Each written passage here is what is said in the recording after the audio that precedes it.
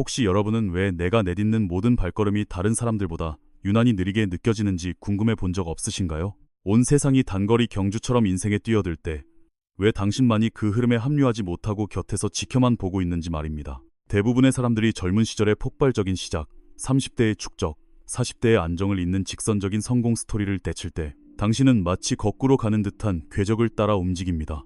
당신은 자신만의 안개 속을 헤매며 천천히, 아주 천천히 나아갑니다. 하지만 칼 융에게 있어 이렇게 세상과 보조를 맞추지 못하는 것은 실패나 불운이 아닙니다. 그것은 일찍 꽃 피우는 것이 허락되지 않은 아주 희귀한 심리 구조를 가졌다는 신호입니다. 왜냐하면 만약 너무 일찍 꽃을 피웠다면 당신은 자신을 영원히 잃어버렸을 것이기 때문입니다. 어떤 종류의 깊이 있는 사람들에게 인생의 전반부는 종종 자신을 위해 만들어지지 않은 세상에서 사는 것처럼 느껴집니다. 당신은 같은 질문들을 몇 번이고 맴돌게 됩니다. 나는 누구인가? 내가 진정으로 좋아하는 것은 무엇인가? 이 길이 정말 나의 길이 맞는가? 당신은 대중의 길을 따르려 애쓰지만 당신의 마음은 계속해서 다른 무언가로 기울어집니다. 당신이 느끼는 그 갑갑함은 사실 명확한 신호입니다. 당신의 여정은 속도로 시작되는 것이 아닙니다. 그것은 깊이로 시작됩니다. 이제부터 몇 분 동안 당신은 한때 자신의 약점이라고 착각했던 신호들을 재인식하게 될 것입니다. 그것들을 서둘러 실패라고 단정 짓지 마십시오. 왜냐하면 지금부터 드러날 사실들이야말로 당신의 무의식이 반평생 동안 찾아 헤매던 바로 그 열쇠일 수 있기 때문입니다. 당신이 50세 이후에야 비로소 정점에 도달하기 시작하는 진짜 이유, 그리고 당신의 길이 비록 늦더라도 그 누구보다 강력할 수 있는 이유에 대해 이야기해 보겠습니다. 시작하기에 앞서 오늘 여러분이 어디에서 저와 함께하고 계신지 정말 궁금합니다. 아래에 댓글을 남겨주세요. 궁금한 점이 있다면 무엇이든 물어보시고 구독과 알림 설정을 통해 자신과 타인을 이해하는 데 도움이 되는 심리탐구 채널의 영상을 놓치지 마세요. 첫 번째, 융이 말하는 인생의 두 개의 반쪽. 융은 언젠가 이렇게 말했습니다. 우리는 아무런 준비 없이 인생의 오후로 들어선다. 그의 관점에서 인간의 삶은 직선으로 움직이지 않습니다. 그것은 태양의 궤적처럼 움직입니다. 새벽이 있고 황혼이 있습니다. 그리고 각 단계는 완전히 다른 심리적 법칙을 따릅니다. 그리고 바로 이 부드러우면서도 강력한 두 반쪽 사이의 전환이 왜 희귀한 영혼들이 50세 이후에야 비로소 진정으로 비상하는지를 설명해 줍니다. 아침에 산을 오르는 사람을 상상해 보십시오. 그는 가벼운 배낭, 몇 가지 목표, 소박한 야망, 그리고 아직 형성 중인 자아를 가지고 있습니다. 이 단계에서 사람들은 종종 빠르게 움직입니다. 왜냐하면 아직 깊이나 책임감의 무게를 짊어지고 있지 않기 때문입니다. 그들은 젊음의 에너지, 인정받고 싶은 욕구, 그리고 뒤처질지 모른다는 두려움을 동력 삼아 달립니다. 그들은 하루를 버텨내기 위해 임시 텐트를 치는 것처럼 페르소나, 즉 사회적 가면을 만듭니다. 서두르고 단순하며 세상의 시선 아래 겨우 서 있을 수 있을 만큼만 견고하게 말이죠. 그리고 세상은 이러한 모습을 어떻게 칭찬해야 하는지 정확히 알고 있습니다.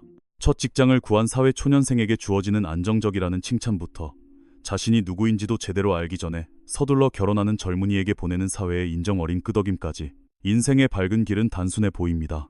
그저 어울리고 앞으로 나아가고 모두가 하는 대로 하면 되는 것처럼 보입니다. 하지만 직관과 내면의 정직함, 그리고 사회적 지위보다 의미에 대한 갈망을 따라 사는 희귀한 영혼들에게 인생의 전반부는 결코 순탄하지 않습니다. 그들은 자신에게 속하지 않은 연극의 무대 위로 떠밀린 배우와 같습니다. 모든 발걸음이 부자연스럽고 모든 미소에는 날카로운 모서리가 있습니다. 세상이 사회적 자아를 구축하는 것을 당연하게 여길 때 그들은 숨을 텄게 할 만큼 꽉 끼는 가면을 쓰고 있는 것처럼 느낍니다. 융은 그 아침을 자아를 구축하는 단계라고 불렀습니다. 하지만 그는 모든 사람이 쉽게 구축할 수 있는 자아를 가지고 있다고 말하지 않았습니다. 깊이 있는 사람들은 종종 그들이 진정으로 원하는 것과 세상이 그들에게 요구하는 것 사이에서 소리 없는 전쟁을 치릅니다. 그 내면의 갈등이 바로 그들의 발걸음을 다른 사람들보다 무겁게 만드는 것입니다. 당신은 아마 여러 번 직장을 옮겼을지도 모릅니다. 당신이 변덕스러워서가 아니라 모든 환경이 몸에 맞지 않는 옷처럼 느껴졌기 때문입니다. 당신은 왜 친구들처럼 쉽게 섞이지 못하는지, 왜 승진을 인생의 목적으로 삼을 수 없는지, 그리고 왜 사회의 암묵적인 규칙들을 받아들일 수 없는지 궁금해했을 것입니다. 융에게 있어 당신과 같은 사람들은 실패자나 약한 존재가 아닙니다. 오히려 그들은 보호받고 있는 것입니다. 만약 당신이 너무 일찍 성공했다면, 만약 당신에게 편안하게 맞는 사회적 역할을 찾았다면 당신은 남은 평생 그 역할 안에 갇혀버렸을지도 모릅니다. 당신은 진정한 자신으로 돌아갈 기회를 잃었을 것입니다. 그렇기 때문에 당신의 아침에 겪었던 비틀거림은 끝이 아닙니다. 그것들은 당신이 품고 있는 영혼에 비해 너무 작은 삶으로부터 당신을 지켜주는 보이지 않는 울타리입니다. 하지만 우리가 젊을 때는 이것을 보기 어렵습니다.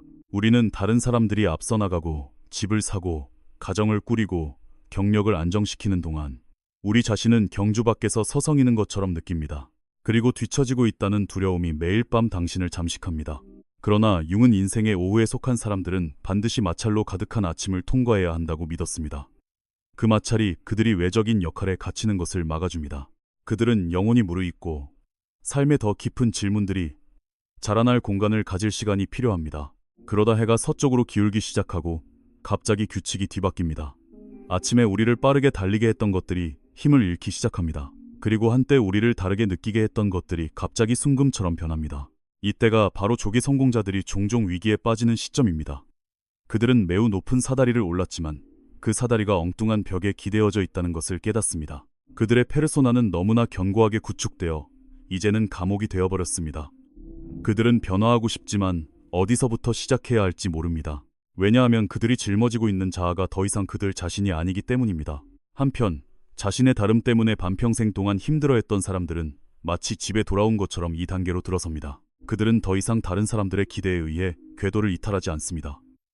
그들은 내면의 어둠을 두려워하지 않습니다. 왜냐하면 수년 동안 그 어둠 곁에서 살아왔기 때문입니다. 융은 이 단계를 인생의 오후라고 불렀습니다. 에너지가 더 이상 밖으로 뻗어나가는 것이 아니라 안으로 모여 명료함으로 응축되는 시기입니다. 그것은 마치 반평생을 해변에 서서 파도를 지켜보다가 50세가 되어서야 비로소 바다의 숨결을 이해하고 가라앉을 두려움 없이 차분하게 발을 내딛는 것과 같습니다. 인생의 오후에는 한때 짐처럼 느껴졌던 것들이 세상을 더 명확하게 볼 수 있도록 도와주는 두 번째 눈이 됩니다. 당신은 마치 당신의 영혼이 당신이 성숙해져서 인생의 진정한 지도를 건네줄 수 있을 때까지 기다려온 것처럼 자기 자신과 다시 연결됩니다. 그것이 바로 희귀한 영혼들이 일찍 꽃 피우지 않는 이유입니다. 그들은 자신의 계절에 꽃을 피웁니다. 그들은 속도를 통해 폭발하도록 설계되지 않았습니다. 그들은 깊이를 통해 타오르도록 설계되었습니다. 그리고 모든 깊이는 빛나기 전에 고요함 속에 자리 잡을 시간이 필요합니다. 두 번째, 왜 당신의 인생 전반부는 그토록 힘겨움으로 가득 차 있는가? 이제 우리는 한 가지 힘든 진실을 조명해 보려 합니다. 왜 희귀한 영혼들의 인생 전반부는 능력이 부족하지 않음에도 불구하고 길고 긴 장애물의 연속처럼 느껴지는가에 대한 이야기입니다. 만약 당신이 속도를 숭배하는 세상에서 흐름을 거슬러 움직이는 듯한 정체된 느낌을 안고 살아왔다면 이 부분은 당신이 미소 뒤에 숨기려 했던 상처를 건드리게 될 것입니다. 인생의 전반부는 사회가 당신에게 하나의 형태를 선택하라고 요구하는 시기입니다. 그것은 마치 기성복으로 가득 찬 상점과 같습니다. 성공한 사람, 안정적인 사람, 사랑스러운 사람, 강한 사람이라는 유니폼들이 즐비합니다. 만약 당신이 그중 하나에 들어맞는다면 모든 것이 더 쉬워집니다. 당신은 칭찬받고 인정받고 보상받습니다. 하지만 희귀한 기질을 가진 사람들의 문제는 이것입니다. 그들은 맞지 않습니다. 왜냐하면 그들의 심리 구조는 획일성 속에서 살도록 만들어지지 않았기 때문입니다. 그들은 진실과 자유 속에서 살도록 만들어졌습니다. 융은 페르소나를 세상으로 나아가기 위해 필요한 사회적 가면이라고 불렀습니다. 하지만 그는 또한 그것이 진정한 자아는 아니라고 경고했습니다. 그는 이렇게 썼습니다. 근본적으로 페르소나는 실제하는 것이 아니다. 그것은 한 인간이 어떻게 보여야 하는가에 대한 개인과 사회 사이의 타협이다. 그리고 바로 그 타협이라는 단어가 희귀한 인격들에게는 전쟁터가 됩니다. 왜냐하면 당신은 단지 몇 가지 행동을 타협하라고 요구받는 것이 아니라 당신의 기질, 당신의 리듬, 당신의 삶을 보는 방식 자체를 타협하라고 압박받기 때문입니다. 다른 사람들은 재킷을 걸치듯 가면을 쓰지만 당신은 마치 목이 졸리는 것처럼 당신에게 속하지 않은 폐로 숨을 쉬어야 하는 것처럼 그것을 착용합니다. 그래서 당신의 인생 전반부는 종종 투쟁으로 가득 차 있습니다. 당신에게 능력이 부족해서가 아니라 사회는 받아들이지만 당신의 영혼은 인정하지 않는 버전의 자신 안에서 오래 살 수 없기 때문입니다. 만약 당신이 숨 막힐 정도로 열심히 연기했던 순간을 떠올릴 수 있다면 댓글에 정확히 한 문장으로 이야기해보세요. 그 시기에 당신은 누구를 가장 기쁘게 하려고 애썼나요? 때로는 올바른 사람의 이름을 부르는 것만으로도 당신이 왜 수년 동안 지쳐왔는지 이해하기에 충분합니다. 어울리지 못한다는 것 너머에는 훨씬 더 깊은 이유가 있습니다. 바로 소속되고자 하는 욕구와 진실되고자 하는 욕구 사이의 갈등입니다. 모든 사람은 사랑받고 인정받고 싶어 합니다. 하지만 희귀한 영혼들은 그 인정의 대가를 매우 명확하게 감지합니다. 그들은 만약 다른 사람들을 기쁘게 하기 위해 편집된 버전의 자신으로 사랑받는다면 그것은 사랑이 아니라 거래라는 것을 이해합니다. 그 이해는 그들을 명료하게 만드는 동시에 외롭게 만듭니다.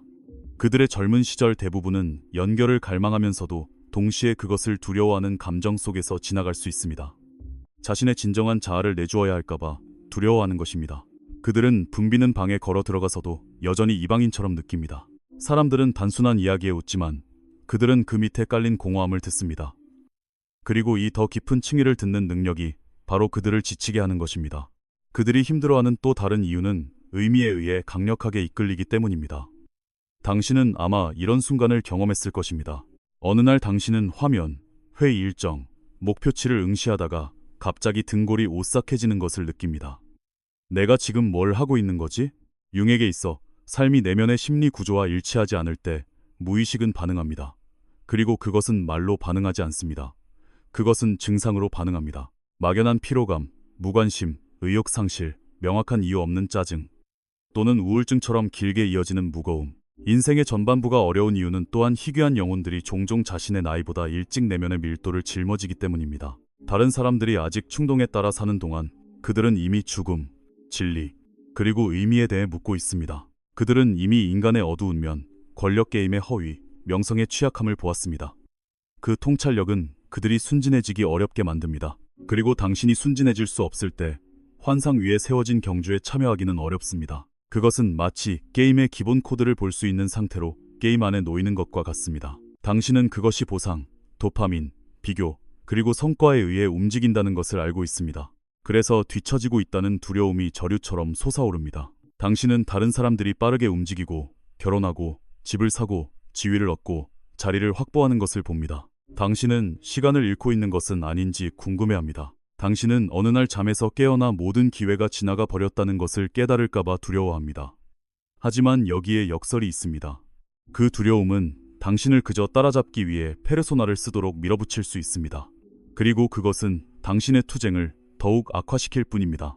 당신이 당신의 것이 아닌 리듬으로 자신을 억지로 달리게 할수록 당신은 더욱 지쳐갑니다. 그것이 바로 많은 희귀한 인격들이 적응하려 애쓰고 자신을 잃고 무너지고 자신을 탓하고 다시 시도하는 순환에 빠지는 이유입니다. 만약 당신이 그 순환에 갇힌 적이 있다면 이것을 이해하십시오. 그것은 당신이 실패자라는 것을 증명하는 것이 아닙니다. 그것은 단지 당신이 가면 뒤에서 오래 살 수 없다는 것을 증명할 뿐입니다. 이 부분의 핵심은 간단합니다. 당신이 천천히 움직이는 이유는 당신의 모든 발걸음이 대부분의 사람들이 결코 마주하지 않는 문, 즉 의미라는 문을 통과해야 하기 때문입니다. 그리고 만약 의미가 없다면 당신은 잘못된 삶으로 나아가는 것보다 차라리 멈추는 것을 선택할 것입니다. 세 번째, 50세 이후의 전환점. 수년 동안 세상과 조화를 이루지 못하는 느낌으로 삶을 살아온 후 당신은 시간조차 당신에게 말하는 목소리를 바꾸는 듯한 이정표가 있다는 것을 깨닫게 될 것입니다. 융은 그 전환점을 메타노이라고 불렀습니다. 그것은 마음의 변화, 전체 심리 시스템의 깊은 반전을 의미합니다. 이것은 단순히 영화적인 의미의 중년의 위기가 아닙니다. 그것은 개성화 과정이 당신이 연기하는 역할이 아닌 당신의 실제 삶으로부터 답을 요구하기 시작하는 순간입니다. 메타노이아는 종종 45세에서 50세 이후에 마치 당신의 장기 깊은 곳에서 일어나는 조용한 변화처럼 찾아옵니다. 그것이 극적인 사건일 필요는 없습니다. 당신은 그것에 이름을 붙일 수 없을지도 모르지만 한 가지 진실을 명확하게 감지할 수 있습니다. 당신은 더 이상 예전처럼 인정받는 것에 끌리지 않습니다. 당신은 대신 더 깊은 질문에 끌리기 시작합니다. 역할을 벗어던진 진정한 나는 누구인가? 이것은 미묘하지만 결정적인 차이입니다. 다른 사람들은 그들이 쌓아 올린 것을 잃을까봐 두려워하지만 당신은 처음으로 마침내 당신이 진정으로 원하는 것과 일치하는 것을 쌓을 기회를 가질 수 있을지도 모른다고 느낍니다. 메타노이아의 징후는 단순히 일에 대한 권태나 단순한 피로가 아닙니다. 그것은 종종 피상적으로는 더 이상 살아갈 수 없다는 느낌과 함께 찾아옵니다. 사교적인 잡담과 한때 당신을 흥분시켰던 목표들이 이제는 이전보다 더 당신을 공허하게 만듭니다. 당신은 당신의 몸을 거짓말 탐지기처럼 듣기 시작합니다. 당신이 잘못된 선택을 할 때마다 그것은 불면증, 주의 산만, 짜증 또는 명확한 원인 없는 슬픔으로 즉시 반응합니다. 그것을 서둘러 약점이라고 부르지 마십시오. 융의 언어로 말하자면 그것은 정신이 가면을 유지하는 데서 진실을 찾는 쪽으로 에너지를 재분배하고 있다는 신호일 수 있습니다. 많은 사람들이 이 단계를 나는 더 이상 예전의 내가 아니지만 아직 새로운 나도 아니다라고 묘사합니다. 그것은 해가 뜨기 직전의 순간과 같습니다. 빛은 아직 불분명하지만 어둠은 더 이상 절대적인 힘을 갖지 못합니다. 그리고 바로 이 지점에서 희귀한 사람이 이 점을 가집니다. 그들은 회색 지대에 익숙합니다. 그들은 수년 동안 불확실성 속에서 살아왔기 때문에 오래된 구조가 흔들리기 시작할 때 산산조각 나지 않습니다. 그들은 두려움을 느낄 수 있지만 두려움은 그들에게 낯선 것이 아닙니다. 사실 그들은 이해하기 시작합니다. 이 두려움은 돌아가라고 말하는 경보가 아니라 당신이 틀을 벗어나고 있다고 말하는 신호라는 것을. 이 부분의 핵심은 이것입니다. 45세에서 50세 이후 삶은 단순히 늙어가는 것이 아닙니다. 그것은 과제를 바꿉니다.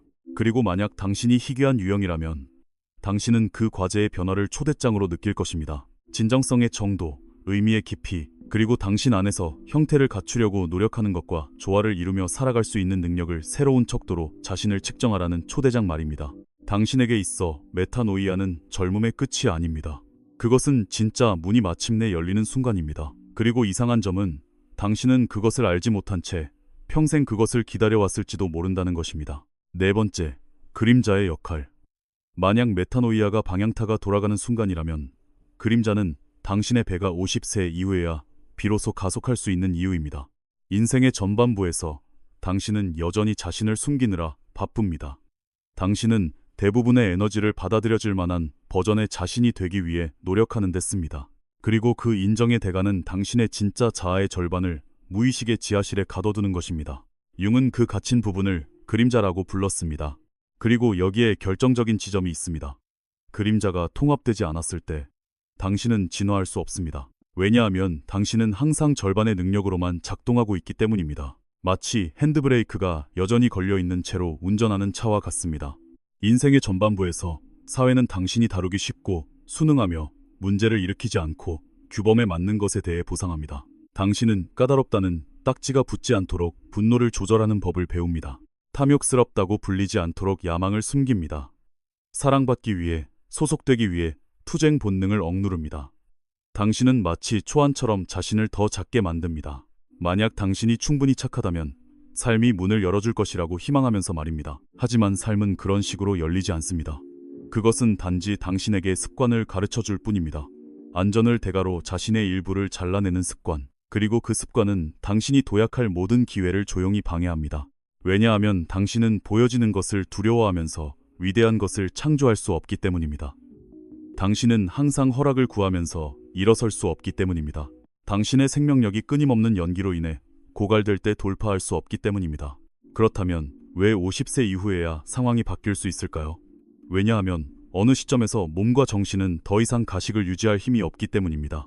당신이 한때 억눌렀던 부분들이 피로, 무기력, 공허함, 심지어 명확한 이유 없는 분노로 표면 위로 떠오릅니다. 많은 사람들은 이것을 중년의 위기라고 생각합니다. 하지만 희귀한 유형에게 이것은 종종 더 깊은 무언가의 신호입니다.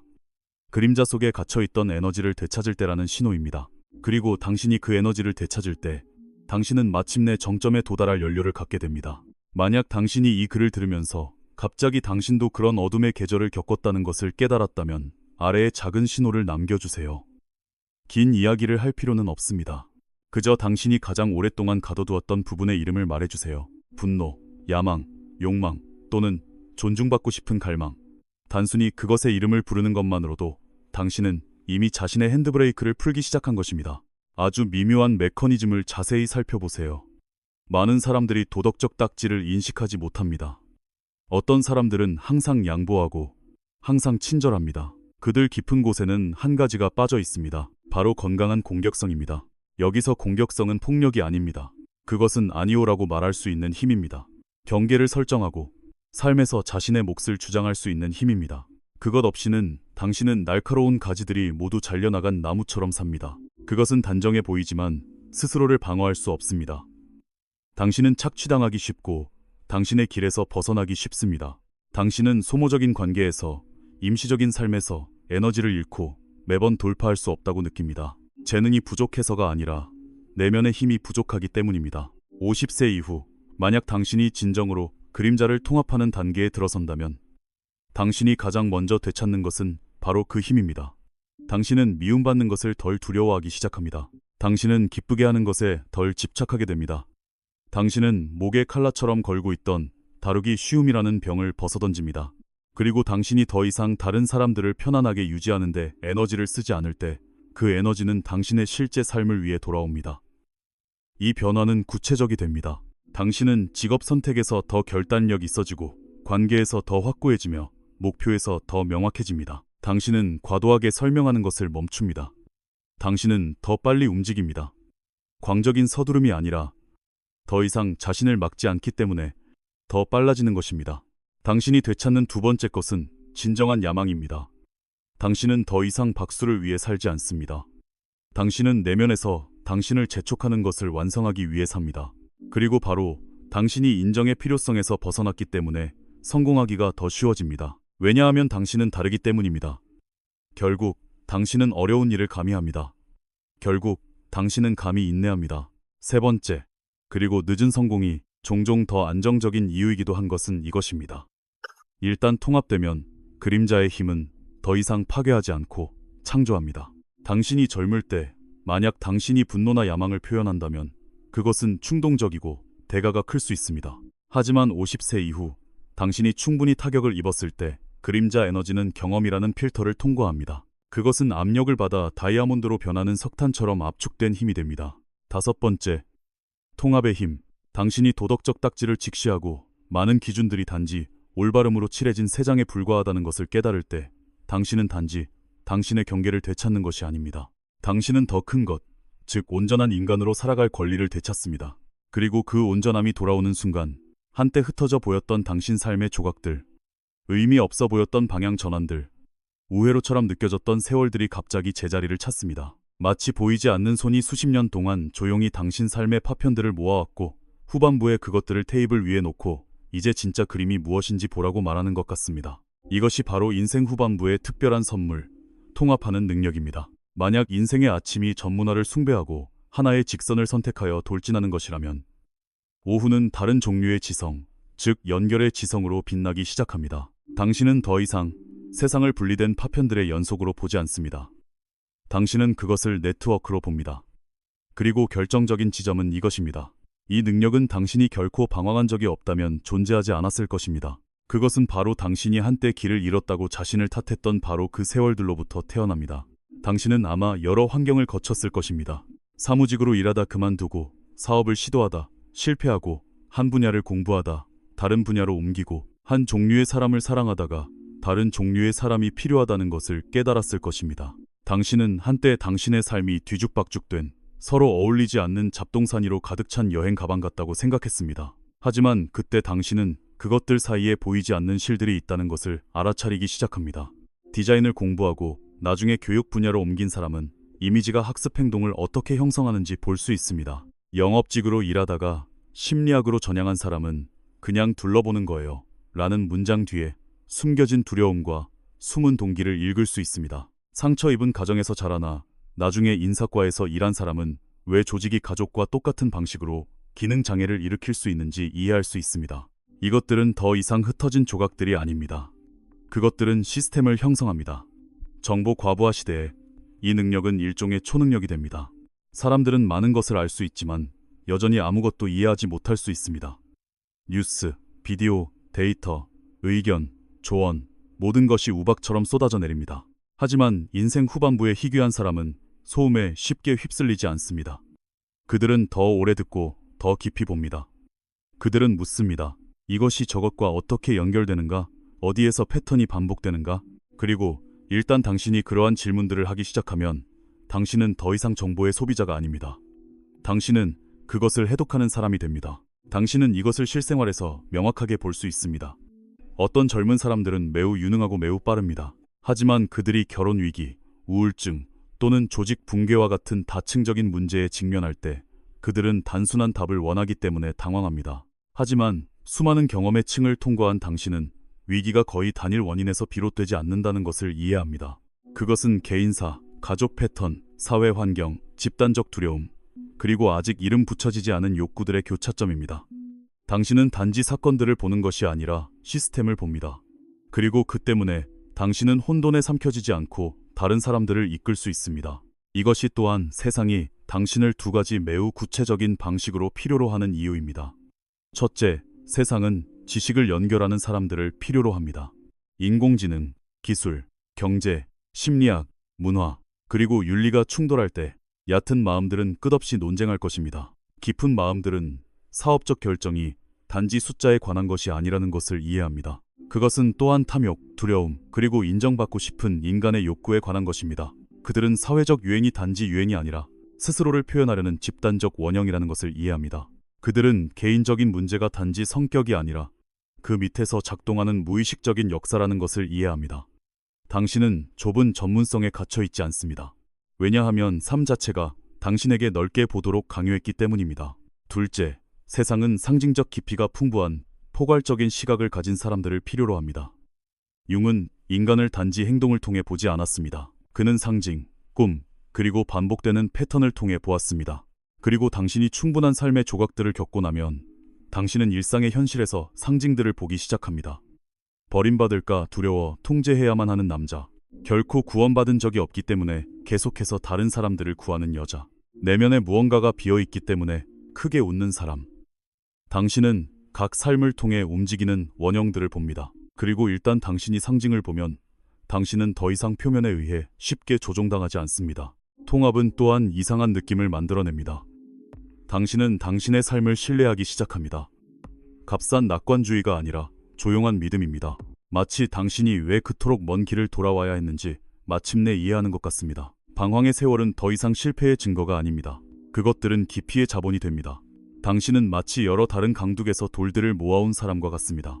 인생의 후반부에 이르러서야 당신이 다리를 놓는 데 필요한 바로 그 돌들을 쥐고 있었다는 것을 발견하는 사람 말입니다. 다른 사람들이 어떻게 연결해야 할지 모르는 것들, 즉 의미와 현실, 지식과 경험, 개인적인 것과 집단적인 것을 연결하는 다리. 그리고 당신이 그것을 이해할 때 희귀한 종류의 자신감이 나타납니다. 나는 제공할 것이 있다는 느낌입니다. 그리고 모든 사람이 말하고 모든 사람이 정보에 의해 끌려가는 시대에 그 비전은 안정의 지점이 됩니다. 사람들은 그것에 이름을 붙일 수 없을지도 모르지만 그들은 당신 근처에서 그것을 느낍니다. 상황이 덜 얽히게 됩니다. 여섯 번째, 회복 탄력성의 힘. 당신 삶에 흩어진 파편들이 제자리를 찾기 시작하고 당신이 마침내 더 큰 그림을 볼 수 있게 될 때 당신은 비전보다 훨씬 더 중요한 것을 깨닫게 될 것입니다. 당신이 그 비전을 짊어질 만큼 충분히 굳건히 서 있도록 하는 것은 무엇인가? 당신의 삶을 이해하는 것과 삶이 당신을 시험할 때 무너지지 않을 만큼 충분히 오래 사는 것은 별개의 문제입니다. 그리고 이것이 바로 조기 성공자들이 종종 부족하고 대기 만성형 인재들이 종종 풍부하게 가지고 있는 것, 바로 회복 탄력성의 힘입니다. 희귀한 유형의 회복 탄력성은 화려한 것이 아닙니다. 그것은 박수 없이 넘어지고 아무도 보지 않는 곳에서 다시 일어서는 수년간의 시간을 통해 조용히 단련됩니다. 당신은 너무나 여러 번 다시 시작했기 때문에 다시 시작하는 것이 더 이상 수치의 원천이 아니라 생존 기술이 되었습니다. 그리고 바로 그것이 매우 다른 종류의 심리적 지구력을 만들어냅니다. 아무도 길을 밝혀주지 않는 기나긴 밤을 헤쳐나가는 법을 배운 사람의 지구력, 넘어지고 일어나고 다시 넘어지는 경험은 단지 강인함만을 만들어내는 것이 아닙니다. 그것은 오직 고통만이 가르칠 수 있는 일종의 지혜를 만들어냅니다. 당신이 실패할 때마다 당신은 본질적인 것과 단지 외양에 불과한 것을 구별하는 법을 배웁니다. 당신은 직장을 잃고 깨닫습니다. 아, 나는 여전히 숨을 쉴 수 있구나. 당신은 관계를 잃고 깨닫습니다. 아, 내가 버림받았다고 해서 죽는 것은 아니구나. 당신은 거절당하고 오해받고 잘못 판단됩니다. 그리고 당신은 여전히 계속 나아갑니다. 처음에는 각각의 넘어짐이 선고처럼 느껴집니다. 하지만 나중에는 그것이 교훈이 됩니다. 당신은 가장 고통스러운 것이 실패 그 자체가 아니라 실패가 당신이 누구인지를 정의한다는 믿음이라는 것을 보기 시작합니다. 그 믿음이 무너질 때 당신은 더 자유로워집니다. 어떤 사람들은 마치 그들을 위해 카펫이 깔린 것처럼 인생에 들어섭니다. 그들은 그다지 고생하지 않고도 쉽게 좋은 직장과 안정적인 관계를 얻습니다. 그러나 바로 그 순탄함이 때로는 그들 자신도 모르는 사이에 그들을 더 약하게 만들 수 있습니다. 온실에서 자란 식물처럼 그것은 빨리 자라고 밝아 보이지만 한 번의 진짜 돌풍이 그것을 부러뜨릴 수 있습니다. 왜냐하면 그들은 삶이 무엇으로 만들어졌는지 이해하도록 강요하는 충격을 겪어본 적이 없기 때문입니다. 그들은 빼앗길 수 없는 것이 무엇인지 배울 만큼 충분히 잃어본 적이 없습니다. 하지만 당신은 그랬습니다. 당신이 선택한 것은 아니지만 당신은 그것을 겪었습니다. 그리고 그것은 일종의 갑옷으로 변했습니다. 회복 탄력성은 또한 희귀한 것, 즉 불확실성 속에서 굳건히 설 수 있는 능력을 만들어냅니다. 대부분의 인간의 고통은 사건 그 자체에서 오는 것이 아니라 그 뒤따르는 안개에서 옵니다. 이제 어떡하지? 나는 어디로 갈 것인가? 만약 당신이 충분한 단절을 겪어보지 않았다면 당신은 옳지 않더라도 확실하다고 느껴지는 어떤 것에든 매달릴 것입니다. 당신은 단지 공중에 떠있는 느낌에서 벗어나기 위해 서둘러 어떤 길로 들어설 것입니다. 하지만 여러 번 넘어지고 일어선 사람들은 또 다른 내면의 기술을 개발하기 시작합니다. 그들은 계속 살아가기 위해 즉시 모든 답을 필요로 하지 않습니다. 그들은 모르는 느낌을 견딜 수 있습니다. 그들은 단지 미래가 아직 형태를 갖추지 않았다는 이유만으로 당황하지 않습니다. 그들은 두 가지, 즉 자연스러운 두려움과 상상력이 만들어낸 공포를 분리하는 방법을 압니다. 그래서 위기가 닥쳤을 때 그들은 종종 감정을 억제하고 균형을 유지할 수 있는 사람들입니다. 왜냐하면 그들은 한 가지 진실을 이해하기 때문입니다. 불확실한 계절에는 단지 두렵다는 이유만으로 잘못된 선택을 하지 않을 만큼 충분히 명료함을 유지하는 것이 가장 중요하다는 것을, 회복 탄력성이 당신에게 주는 매우 실용적인 것도 있습니다. 당신은 더 이상 모든 것을 잃는 것을 두려워하지 않습니다. 당신이 상실을 무시해서가 아니라 당신이 이전에 아무것도 없는 상태에서 시작해보았기 때문입니다. 당신은 당신의 계좌가 바닥을 치는 것을 보았습니다. 당신은 당신의 계획이 무너지는 것을 보았습니다. 당신은 0에서, 때로는 0 이하에서 다시 재건해야 했습니다. 그리고 일단 당신이 그것을 하는 방법을 알게 되면 모든 것을 잃는 것은 더 이상 세상의 끝이 아닙니다.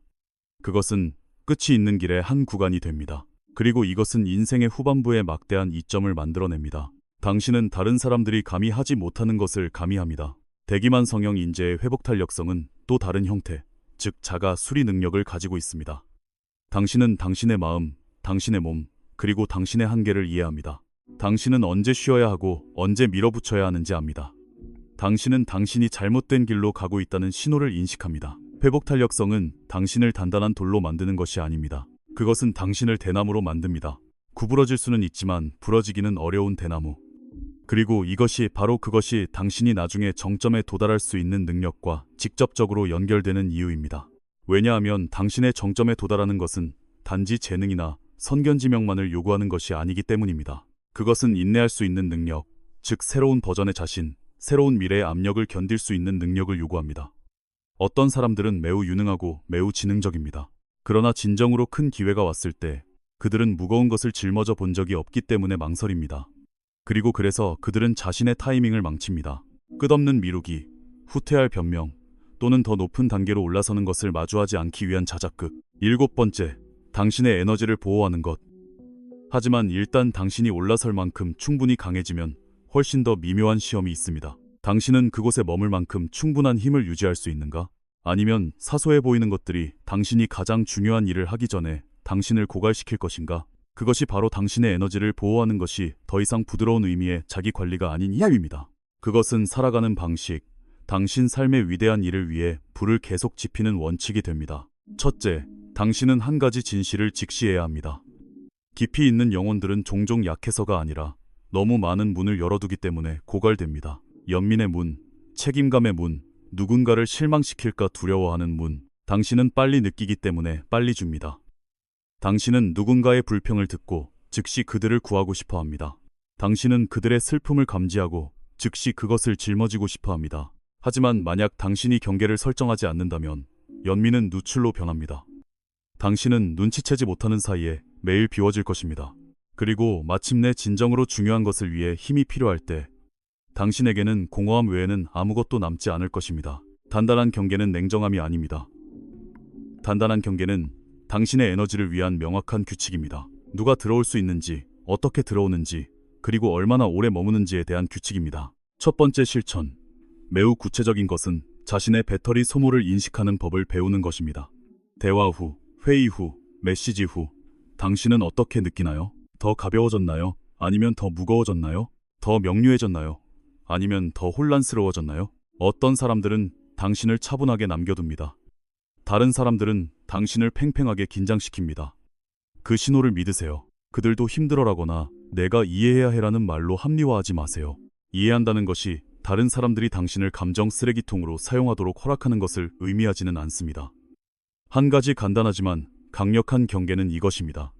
만약 모든 접촉 후에 당신이 지치고 의심스럽고 죄책감을 느낀다면 빈도를 줄이고 기간을 줄이고 당신이 공유하는 것의 깊이를 줄이세요. 두 번째 실천은 접근 수준을 설정하는 것입니다. 이것은 내면의 삶이 풍부한 사람들 사이에서 흔한 실수입니다. 그들은 잘못된 사람들에게 너무 많은 것을 드러내고 오해받았을 때 좌절감을 느낍니다. 당신의 에너지를 보호하는 것은 싹트고 있는 것은 자라기 위해 어둠이 필요하다는 것을 이해하기 때문에 어떤 것들은 뒤로 물러나게 하는 것만큼 간단할 수 있습니다. 당신은 씨앗을 시장 한가운데로 가져가서 싹이 트지 않는다고 탓하지 않습니다. 세 번째 실천은 긴 설명 없이 아니오라고 말하는 법을 배우는 것입니다. 쉽게 고갈되는 사람들은 종종 한 가지 습관에 빠집니다. 그들은 거절한 다음 자신이 나쁜 사람이 아니라는 것을 증명하기 위해 장황한 연설을 합니다. 하지만 당신이 더 많이 설명할수록 당신은 자신을 다른 사람들의 감정에 더 묶어두게 됩니다. 저는 이 일에 적합한 사람이 아닙니다. 저는 하지 않겠습니다. 그것으로 충분합니다. 당신은 누구에게도 당신의 편의를 빚지지 않았습니다. 당신은 당신의 힘에 대해 자신에게 정직할 빚이 있습니다. 당신이 변할 때 많은 사람들이 불편해할 것입니다. 그것이 성숙의 대가입니다. 그리고 만약 당신이 그 대가를 치르지 않는다면 당신은 당신의 건강, 시간, 잠, 그리고 씁쓸함으로 대가를 치를 것입니다. 네 번째 실천은 모든 사람에게 사랑받는 것을 포기하는 것과 직접적으로 관련이 있습니다. 이것은 종종 도덕성의 의상을 입고 있기 때문에 미묘한 함정입니다. 하지만 그 밑에 사랑받고 싶은 욕구는 종종 두려움입니다. 미움받을까봐 두려워하고 버림받을까봐 두려워하고 판단받을까봐 두려워합니다. 그것은 당신을 항상 얼굴을 살피고 아무도 실망하지 않도록 항상 자신을 조정하는 사람으로 만듭니다. 포기한다는 것은 무례해지는 것을 의미하지 않습니다. 포기한다는 것은 한 가지 간단한 진실을 받아들이는 것을 의미합니다. 당신이 진실되게 살 때 어떤 사람들은 당신을 좋아하지 않을 것이라는 것, 그리고 당신은 모든 사람을 기쁘게 하려고 노력하면서 동시에 정직할 수 없습니다. 다섯 번째 실천은 이 원칙에 따라 당신의 삶을 재정비하는 것입니다. 일정이 먼저가 아니라 에너지가 먼저입니다. 당신의 달력이 당신의 힘을 결정하게 하지 마세요. 당신의 힘이 당신의 달력을 결정하게 하세요. 이것은 매우 실용적일 수 있습니다. 매일 당신의 가장 깊은 집중 시간을 선택하고 마치 당신의 생명을 보호하는 것처럼 그것을 보호하세요. 알림을 끄고 사소한 약속을 차단하세요. 목적 없이 길어지는 전화를 받지 마세요. 반사적으로 응답하는 대신 메시지에 답장할 특정 시간을 설정하세요. 이것들은 기술적인 세부사항처럼 들릴 수 있지만 그것들은 당신이 삶에 내 에너지는 가치가 있다고 말하는 방식입니다. 당신이 그것을 더 진지하게 대할수록 다른 사람들은 그것을 존중하는 법을 배웁니다. 여섯 번째 실천은 한 가지 간단한 기준으로 관계를 걸러내는 것입니다. 이 사람이 당신의 경계를 존중하는가? 존중하는 사람은 당신에게 설명하라고 압력을 가하지 않을 것입니다.